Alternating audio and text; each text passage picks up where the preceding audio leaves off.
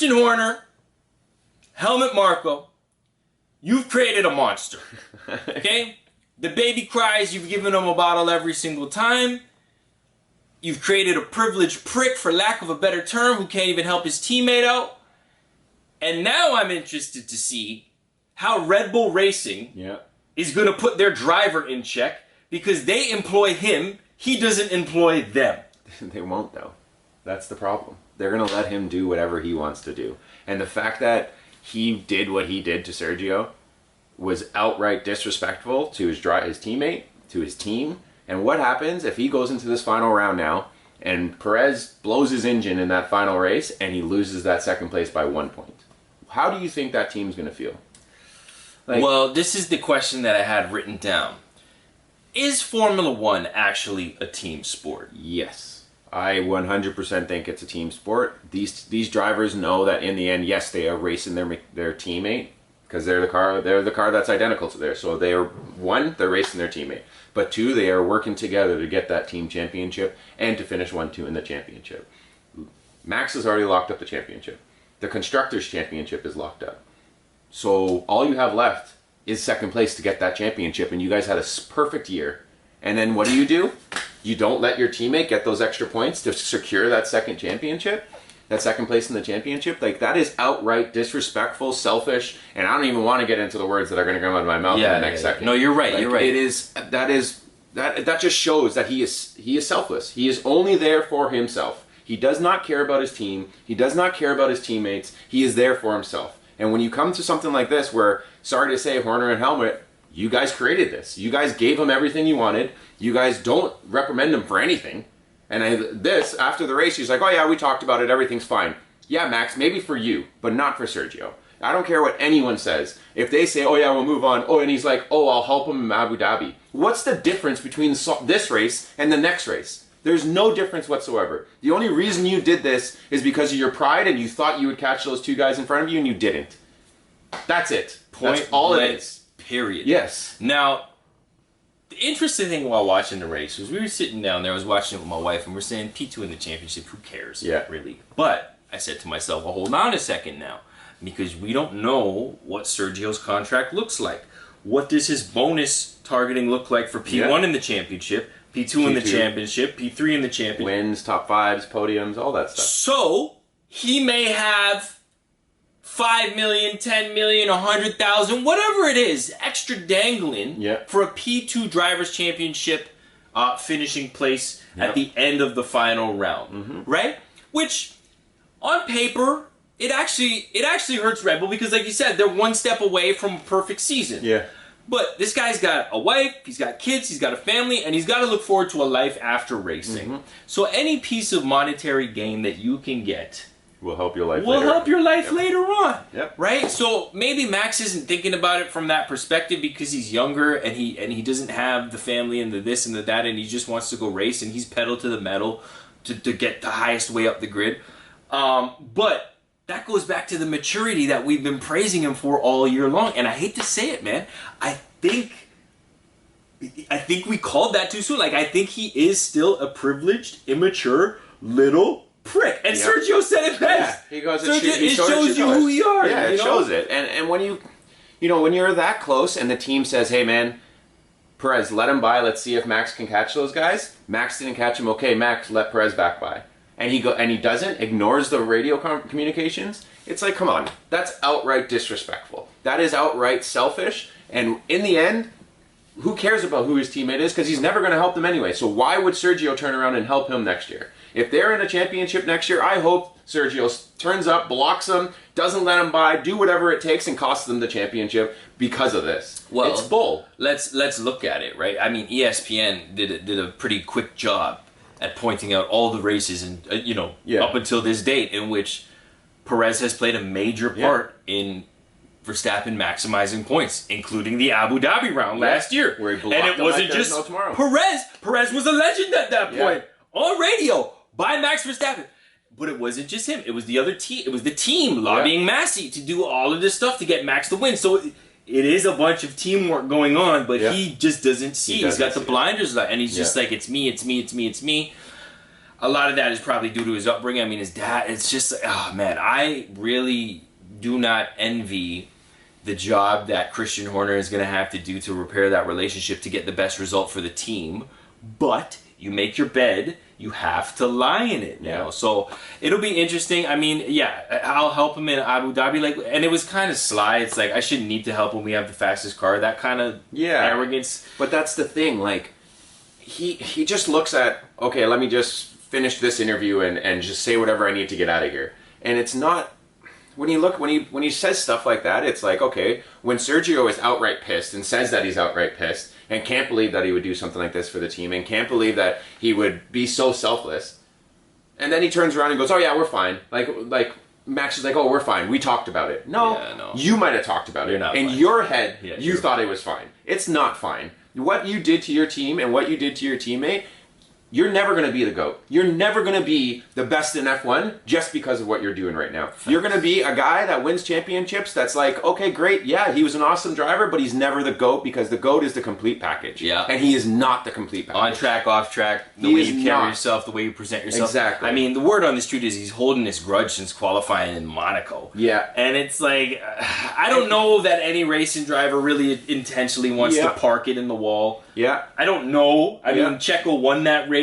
But the race before that was Spain, and they made Checo move over so Max could win the race. Yeah. So, look, there's a lot of things. There's a lot. Well, this is the reason why. So, okay, so let's go back and think about all the things that Perez has done for him, and this is the reason why he should have let him by. It's just like a one-way street when you, sorry to say, when you talk to certain fans, they are very one-way street people. And they do not want to hear anything that's bad about their driver. They don't want to hear anything that's bad about their team. They're always going to point fingers at everyone else, just like Max. It is what it is at this point. Like, I know after this podcast, we are going to be told that, oh, you guys are just Max haters.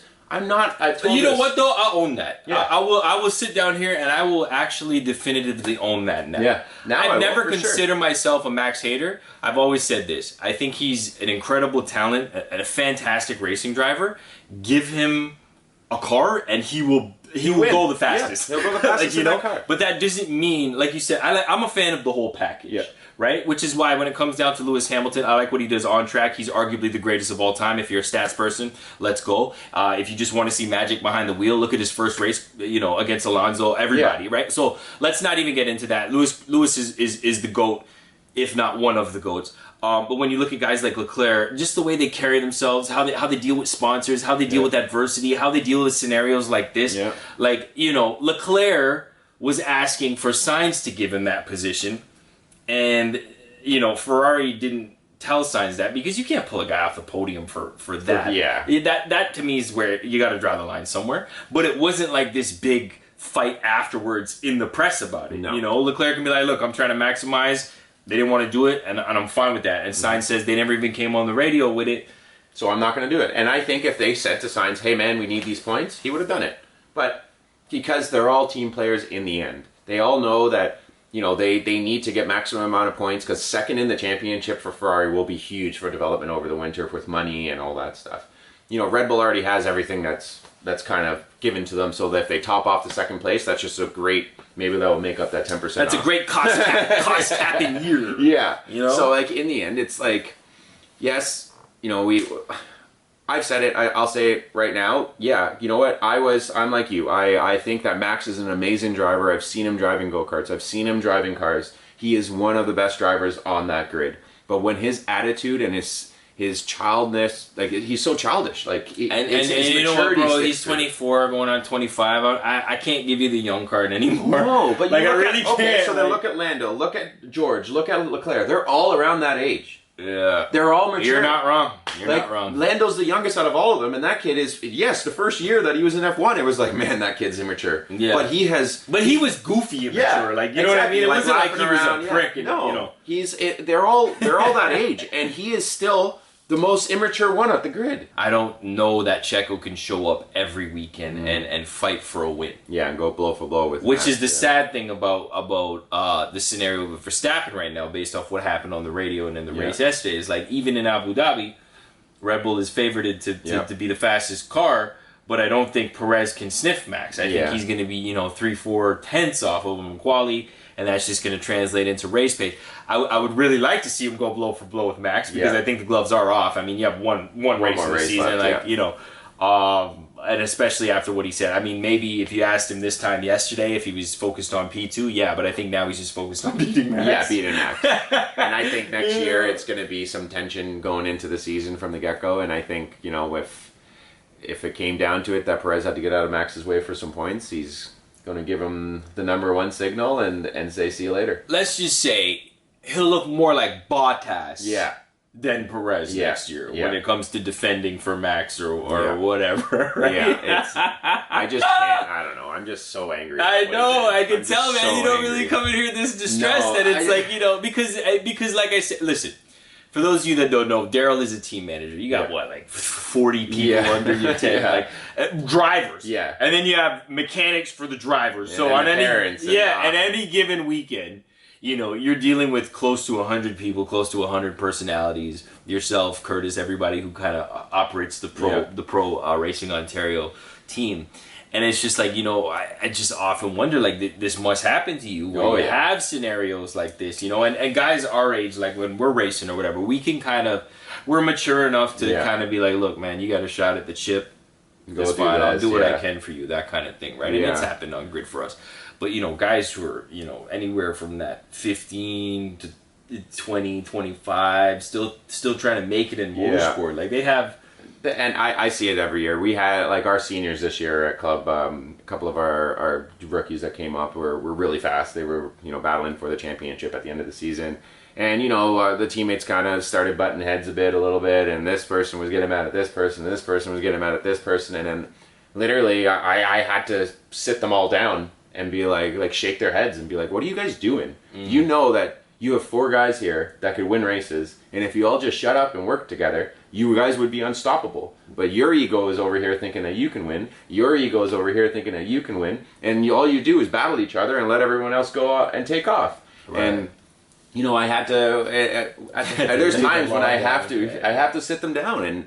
And when I see stuff like this I see our drivers looking up to these drivers and seeing them pull stuff like this on their own teammates, it just aggravates me because it's a disrespectful thing. And the fact that he's like, oh yeah, everything's fine now. It's like, no, everything's not fine. Just because Christian and Helmut said, hey, everything's fine now, shake hands, doesn't mean it's fine for Perez. It might be fine for you, it might be fine for everyone else, but it's not fine for Checo. Checo is looking at it now like, you just showed your true colors. You just showed who you really are. He knew, though. Yeah, he did. We all knew. But it's different when you think that it's going to happen because you've helped the guy 6 or 7 or 8. Yeah. And Checo said it. He said, "Look, Max got 2 championships. He got me to thank for that." Yeah. Right. Yeah. Last year. That's what he said straight up. Whether that's true or not. Yeah. Whether it's true or not, because Max maximized and had more points at the end of the season. Yeah.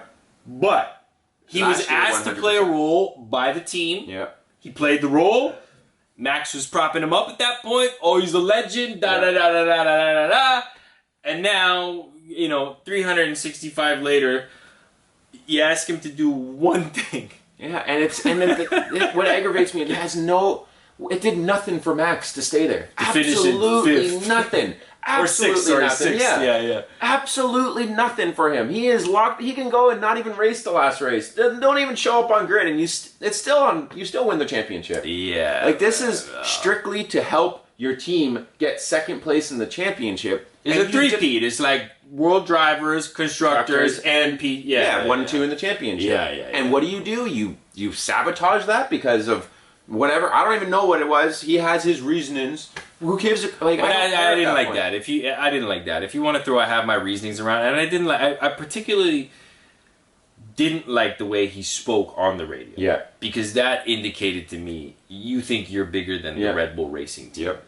And what needs to happen in these kind of scenarios, I shouldn't say what needs to happen, but when you look at guys like Kyrie Irving, right? No. You ain't bigger than the franchise, bro. No. You need to take your ass and go have a seat. Yep. And we'll determine what we're going to do to you. Exactly. Right? And you look all through sport. Look, no one man or woman is bigger than the brand. Right?